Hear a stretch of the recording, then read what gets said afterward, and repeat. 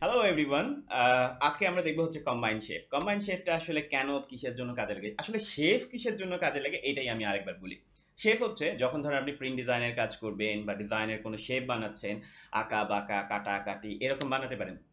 বা দেখা গেছে আপনি ইউআই ডিজাইন বানাচ্ছেন, অনেক ক্লিন ডিজাইন বানাচ্ছেন, শেপ, বক্স কাটতে হবে, আইকন বানাতে হবে বা প্রিন্ট ডিজাইন আইকন বানাতে হবে।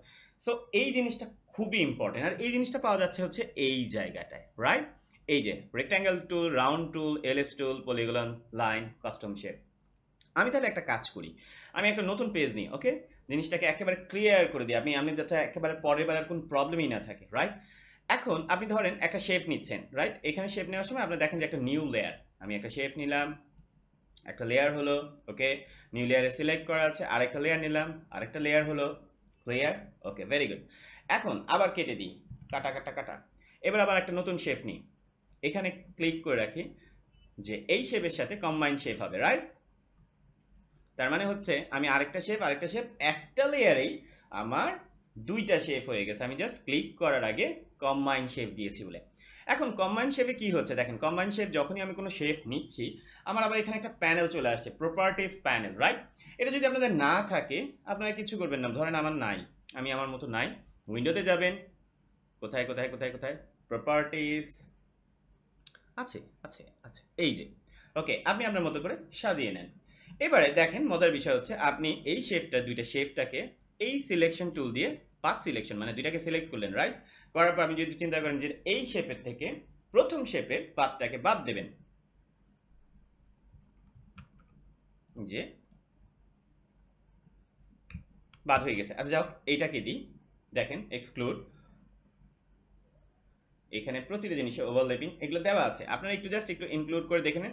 সাবস্ট্রাক্ট কি আরেকবার আমি একটু আপনাদের মনে হয় দেখাই, আপনাদের হয়তো একটু ঝামেলা হচ্ছে মনে হয়। দেখেন এইটা দিয়ে একটা শেপ তৈরি করলাম, আমি যদি এখন কাটতে চাই তাহলে এইভাবে করে কেটে নিলাম, রাইট? আচ্ছা বাদ, এটাও বাদ, আরও সহজ। আমি ধরেন এটা ডিলিট করার পর আমি চিন্তা করলাম কম্বাইন শেপ হবে, একটা এইভাবে করলাম, আরেকটা এইভাবে করলাম, ওকে? এখন কম্বাইন শেপ তো দুইটা এক কালার হয়ে গেল, দুইটা মিলে এক কালার হলো। আমি যদি চিন্তা করি এটাকে কাস্টমাইজ করব, দেখেন এই পয়েন্টটাকে ধরবো, এখান থেকে ধরার পর আমি এইভাবে করে এতটুকু রাখতে পারি। এটাকে যদি বলি যে আচ্ছা ঠিক আছে এটার থেকে এটা বাদ চলে যাও, এতটুকু থেকে গেল। আবার যদি মনে করি যে না এতটুকু আসুক, ফেরত আসুক, ওকে? এই যে শেফটা, এই শেফটা আমি অ্যালাইনমেন্টটা ঠিক করব, ওকে?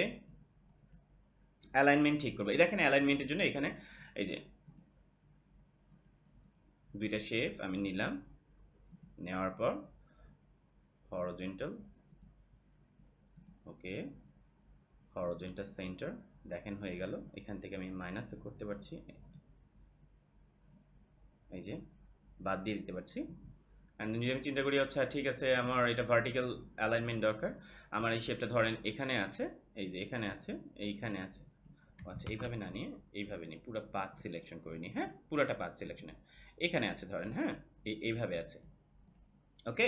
এইভাবে আছে। আপনি চিন্তা করছেন যে এটার অ্যালাইনমেন্ট ঠিক করবেন, দেখেন অ্যালাইনমেন্ট ঠিক করতে গেলে এই দেখেন আমরা ভার্টিক্যাল সেন্টার দিয়ে দিই, মধ্যেখানে হয়ে গেল, এইটা হচ্ছে আপনার হরিজন্টাল সেন্টার, মিডিলে চলে আসলো। এইটাকে যদি আপনি চিন্তা করেন কাস্টমাইজ করবেন সেটাও সোজা, এই দেখেন কাস্টমাইজে আমি গেলাম, যাওয়ার পর আমি এই পাথ ধরলাম, এই পাথ ধরলাম, ধরার পর আমি যদি চিন্তা করি এটাকে এইভাবে করে দেবো, বা আমার যদি মনে হয় যে এই পাথটাকে আমি পেন টুলে নিয়ে গিয়ে একটা অ্যাড অ্যাঙ্কার পয়েন্টে গিয়ে এইভাবে করলাম, আবার এটাকে একটু কার্ভের মতো করে ফেলবো, দেখেন। সো আমরা আমাদের মতো করে শেফ তৈরি করতে পারবো, আমরা আমাদের মতো করে আইকন তৈরি করতে পারবো। তো এই ক্ষেত্রে আমাদের কোনো প্রবলেম হবে না। আর এই টুলসগুলা অবশ্যই অবশ্যই ইম্পর্টেন্ট, কারণ আপনি যদি প্রতিটা টুলস সম্বন্ধে বিস্তারিত না জানেন তাহলে আপনি ভালোভাবে ডিজাইন করবেন না। এই টুলস নিয়ে আরেকটু ঘাটাঘাটি করবেন, আরও কয়েকটা মানে জিনিস বানানো তৈরি চেষ্টা করেন, তাহলে দেখা যাবে যে অটোমেটিকলি আপনার খুব সুন্দর সুন্দর আপনি অনেক কিছু বানাতে পারবেন। আমরা এটাকে একটা বানাই, এটা শিফট চেপে এখানে নিয়ে আসলাম, নিয়ে আসার পর বললাম আচ্ছা ভাই তুমি এখান থেকে দুইটাকে মিলে এখান থেকে বাদ হয়ে যাও, ঠিক আছে? সো আমরা অনেক কিছুই করতে পারবো এবং এই বিষয়ের জন্য তো ভালো হলো। এরপরের ভিডিওতে আমরা দেখব হলো কাস্টম শেপ তৈরি করে কিভাবে সেভ করে রাখা যায়। তো নেক্সট ভিডিওর অপেক্ষায় থাকুন। আর অবশ্যই যদি ভিডিওতে নতুন হয়ে থাকেন তাহলে সাবস্ক্রাইব করেন। আর যদি সাবস্ক্রাইব করতে মন না চায় তাও চলবে। নোটিফিকেশন বেলটাকে অ্যালার্ট করে রাখেন। যদি সেটাও না চায় তাহলে অবশ্যই একটু মেসেজে লেখেন। আর কিছু বলার নাই। নেক্সট ভিডিও আসতেছি আবার। টেক কেয়ার, বাই বাই, আল্লাহ হাফেজ।